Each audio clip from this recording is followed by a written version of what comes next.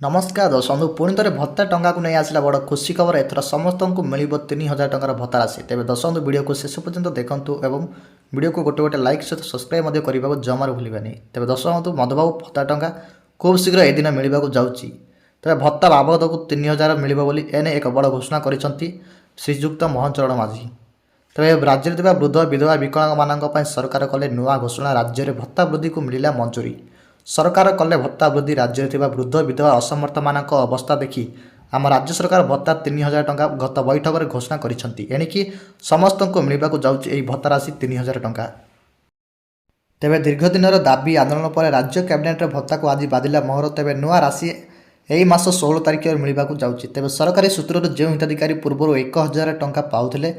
वर्तमान से 3000 टंकार भत्ता राशि पाइबे 60 वर्ष 79 वर्ष मध्य थिबा वृद्ध पाइबे 3000 टंका एवं 80 रु अधिक जो माने अछंती से माने पाइबे 3500 टंका बोली घोषणा मध्य हो सारी